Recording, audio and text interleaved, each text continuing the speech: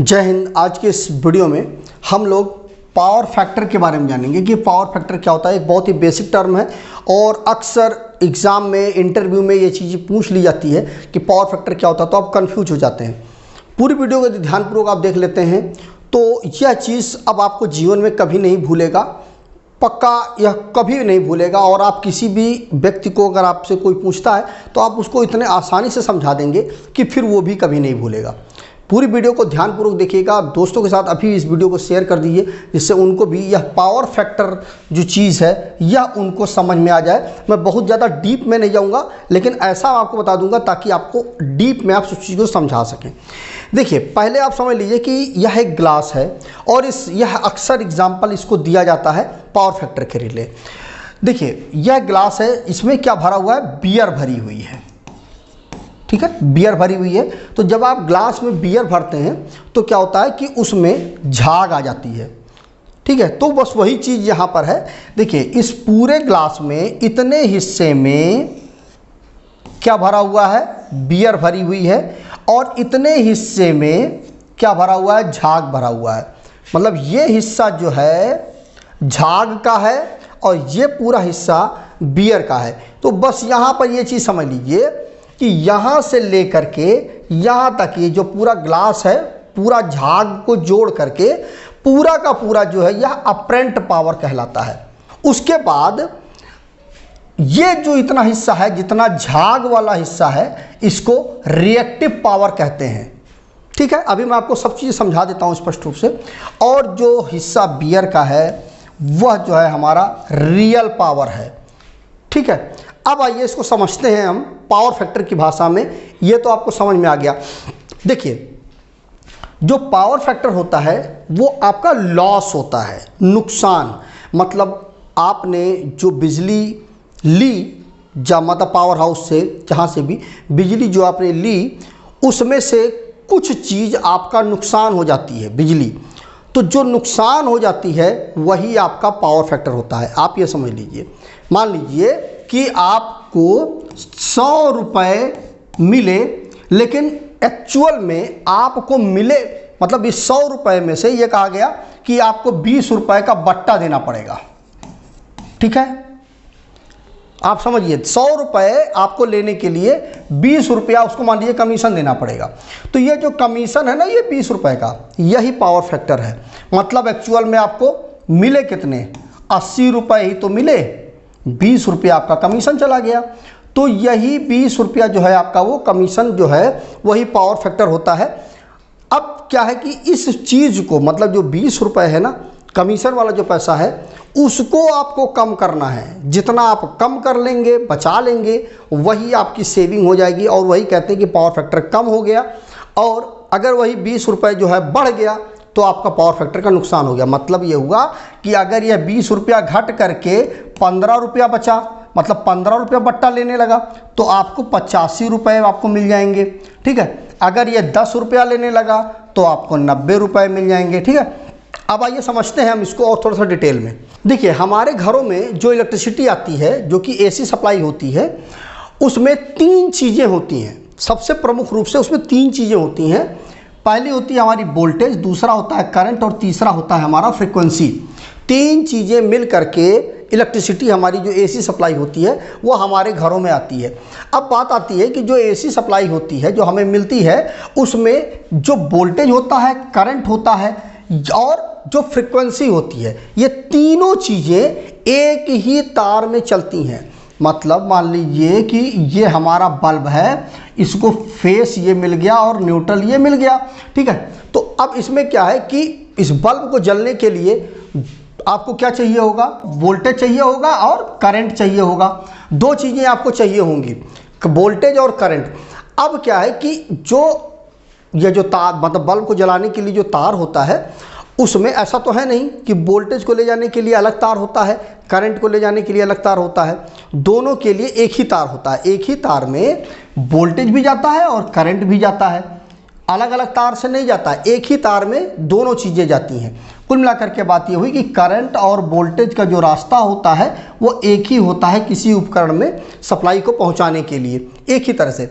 अब देखिए होता क्या है कि हमारे आसपास जो भी सप्लाई आती है उसमें दो प्रकार की सप्लाई होती है, एसी सप्लाई और डीसी सप्लाई, दो प्रकार की होती है। जिसमें से जो डीसी सप्लाई होती है उसमें फ्रीक्वेंसी नहीं होती है, उसका जो फ्रीक्वेंसी होता है वो शून्य होता है, जीरो होता है। लेकिन जो एसी सप्लाई होती है उसमें जो होती है वह फ्रीक्वेंसी होती है।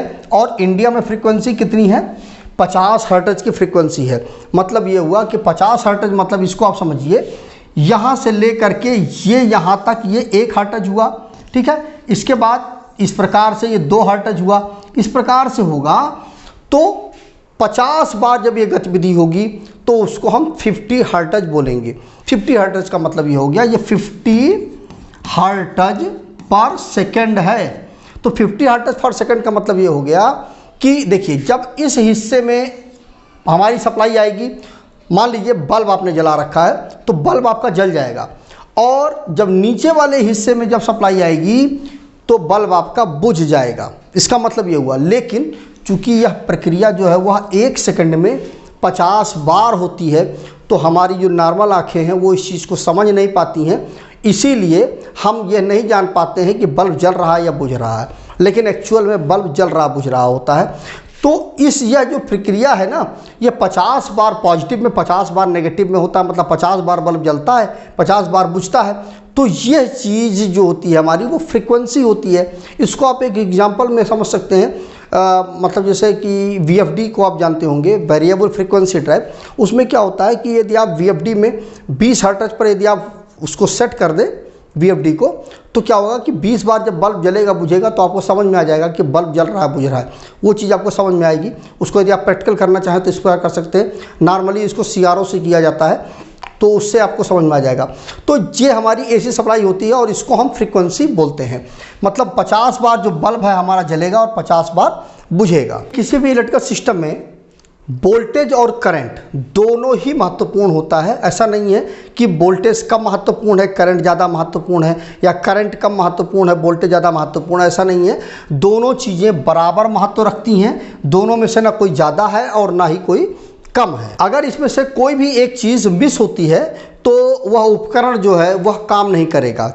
मतलब मान लीजिए बल्ब को आप सप्लाई दे रहे हैं, तो यदि उसको करंट मिल रहा है वोल्टेज नहीं मिल रहा है तो भी काम नहीं करेगा, और अगर उसको वोल्टेज मिल रहा है करंट नहीं मिल रहा है तो भी वो काम नहीं करेगा। मतलब दोनों कंडीशन में कोई एक चीज़ मिस होगी तो वह चीज़ काम नहीं करेगी। मतलब मिला करके ये हुई कि बल्ब पर, मान लीजिए बल्ब को आप सप्लाई दे रहे हैं, तो जब करंट और वोल्टेज दोनों एक साथ उस तक पहुँचेंगे तो वह उपकरण प्रॉपर तरीके से काम करेगा, सही प्रकार से काम करेगा।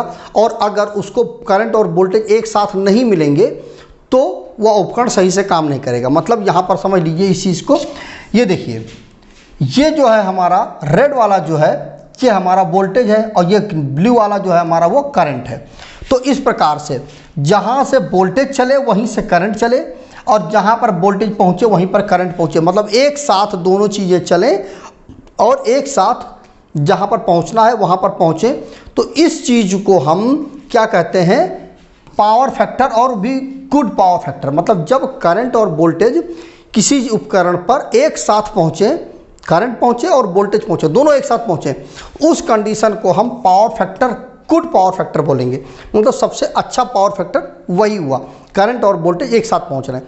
अब बात आती है कि अगर पावर फैक्टर कम हो जाता है तो क्या हो जाता है। मान लीजिए कि आपने एक जनरेटर लगाया, ठीक है। अब जनरेटर जो है, अच्छा एक चीज़ और समझ लीजिए कि जो पावर फैक्टर होता है यह 0 से लेकर के 1 के बीच में ही रहता है, न 0 से कम होगा और न 1 से ज़्यादा होगा। मतलब ये हुआ कि मतलब 1 से मतलब 0.1 हो जाएगा, 0.2 हो जाएगा, 0.3 हो जाएगा, इस प्रकार से होगा। और अधिकतम 1 होगा, इससे ना ज़्यादा होगा और ना 0 से कम होगा। अब देखिए पावर फैक्टर क्या है कि मान लीजिए कोई आपने जनरेटर लगवाया, वो मान लीजिए कि हमारा 100 एम्पियर का वो जनरेटर है, 100 एम्पियर का हमें करंट दे रहा है। तो अब देखिए अगर पावर फैक्टर आपका 1 होता है, मतलब जब करंट और वोल्टेज दोनों चीज़ें एक साथ पहुंच रही हैं, एक समय करंट और वोल्टेज एक साथ निकलते हैं और जिस जगह पे पहुंचना है, मतलब बल्ब के पास पहुंचना है, तो करंट और वोल्टेज एक साथ पहुंच रहे हैं। बहुत मोटी चीज़ मैं आपको समझा रहा हूं, अच्छे से समझ में आ जाएगा आपको। मतलब करंट एक साथ और वोल्टेज एक साथ निकले और बल्ब पर एक साथ दोनों चीज़ें पहुंच गई, तो उस कंडीशन पर क्या होगा कि जो पावर फैक्टर होगा हमारा वो क्या हो जाएगा, 1 हो जाएगा। और जब 1 पावर फैक्टर हो जाएगा तो क्या हो जाएगा, मल्टीप्लाई हो जाएगा 100 का, तो हो जाएगा हमारा 100। पूरा हमारा 100 एम्पियर, मतलब जो जनरेटर था वो 100 एम्पियर पैदा कर रहा था। आपको मिल कितना रहा है, पूरा का पूरा 100 एम्पियर आपको मिल गया, कोई लॉस नहीं हुआ। कब, जब पावर फैक्टर हमारा 1 हुआ तब। ठीक है, अब मान लीजिए कि वही 100 एम्पियर आपका जनरेटर पैदा कर रहा है, पावर फैक्टर आपका घट करके 0.9 हो गया। ठीक है, अब जब 0.9 हो गया तो अब क्या होगा, अब जब इसका मल्टीप्लाई करेंगे तो 90 एम्पियर बचेगा। मतलब कुल मिला करके आपको 10 एम्पियर का नुकसान हो गया अगर आपका पावर फैक्टर मतलब 0.1 घट गया। अगर मान लीजिए फिर से यही समझते हैं 100 एम्पियर का करंट है और पावर फैक्टर आपका 0.8 हो गया, तो क्या हो जाएगा, जब मल्टीप्लाई करेंगे तो 80 हो जाएगा, मतलब 80 एम्पियर, मतलब 20 एम्पियर का आपका लॉस हो गया।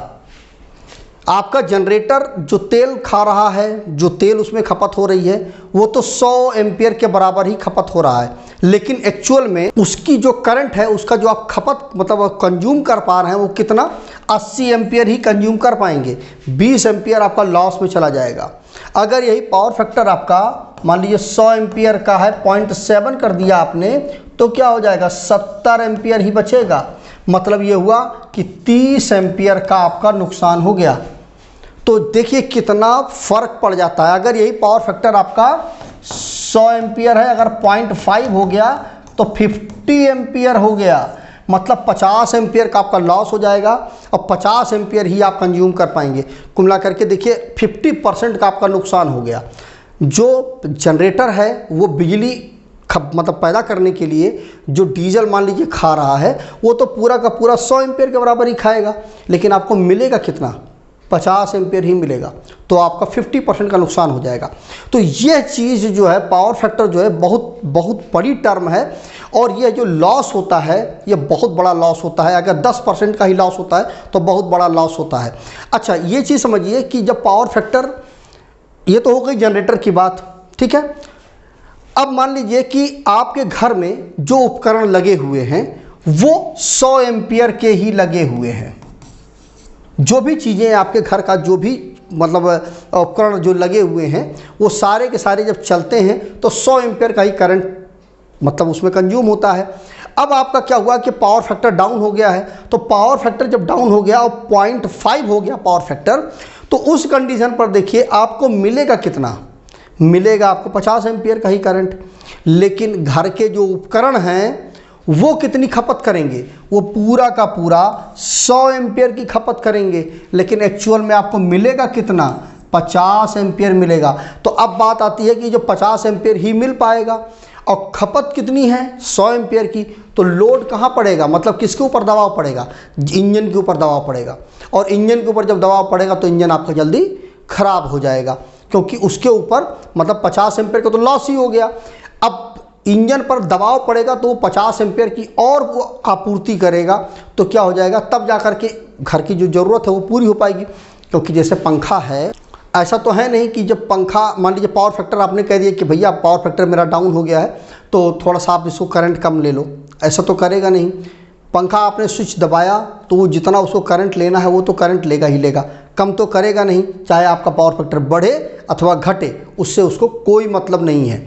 ठीक है, तो अब यहाँ पर क्या है कि यह सारा का सारा जो लोड है, मतलब जो बिजली आपको मिल रही है वो कितनी 50 एम्पियर की ही मिल रही है, लेकिन घर के पंखा टीवी जब सब चीज़ें आप चला दोगे तो सारी चीज़ें मिल करके खपत कितना 100 एम्पियर का कर रही हैं। तो आपको कितना लॉस हुआ, 50% का लॉस हुआ। वो 50% का लॉस कवर जब करेगा, मतलब जब चीज़ें आप चलाएंगे आप, तो वो सारा का सारा लोड जाएगा किसके ऊपर, जो आपका जनरेटर लगा हुआ उसके ऊपर, तो वो जनरेटर जल्दी ख़राब हो जाएगा, बैठ जाएगा। यही चीज़ें होता है कि जब पावर हाउस से जब आप बिजली को लेते हैं, जब आपका पावर फैक्टर डाउन होता है, इसीलिए अगर आपका पावर फैक्टर डाउन होता है तो आपके ऊपर पेनाल्टी पड़ती है। खास करके इंडस्ट्री में तो पेनाल्टी पड़ती ही पड़ती है।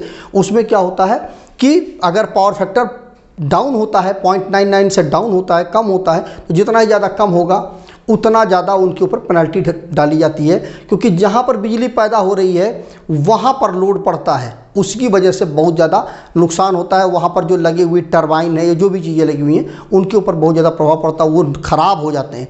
इसीलिए पावर फैक्टर को सही रखने के लिए बोला जाता है।